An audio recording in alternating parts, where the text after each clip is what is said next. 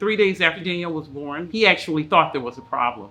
And I was like, oh God, you're being paranoid. There's nothing wrong with her. A couple of days after birth, she had really dark circles around her eyes. And he gets a pediatrician to check her out. And he's like, you're just like a nervous father. Like, she's fine.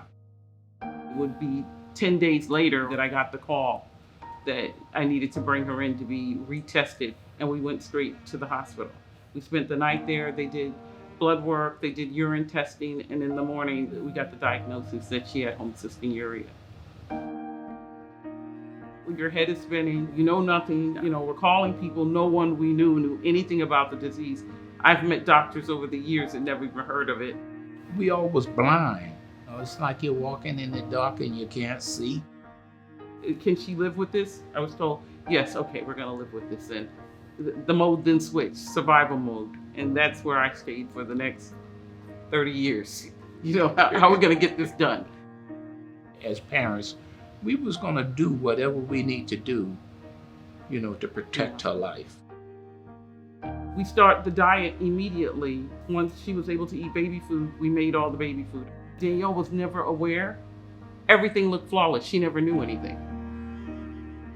We didn't treat her any different because she wasn't different. She ate, she did all the things she needed to do.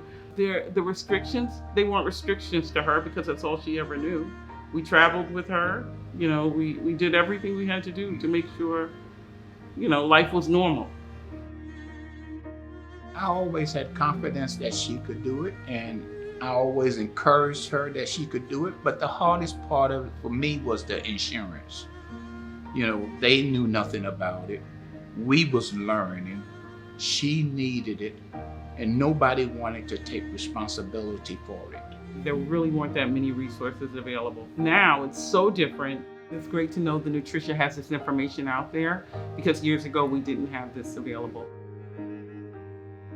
My parents, they don't let obstacles really get in their way. They see them as opportunities. So maybe that's why I don't see anything about having HCU as negative. I always thank my parents for never giving up. And I really appreciate my parents never ostracized having HCU from who I am, from your morals. So I think that is what makes me how I am today and look at everything as a big picture. Having a child with HCU is 100% worth it. Knowing how my daughter has created this amazing life for herself has showed me that this disease has not affected her outcomes at all. She is doing everything that she desires to do, and she's healthy, and she's living her best life. And I would do it 100 times over.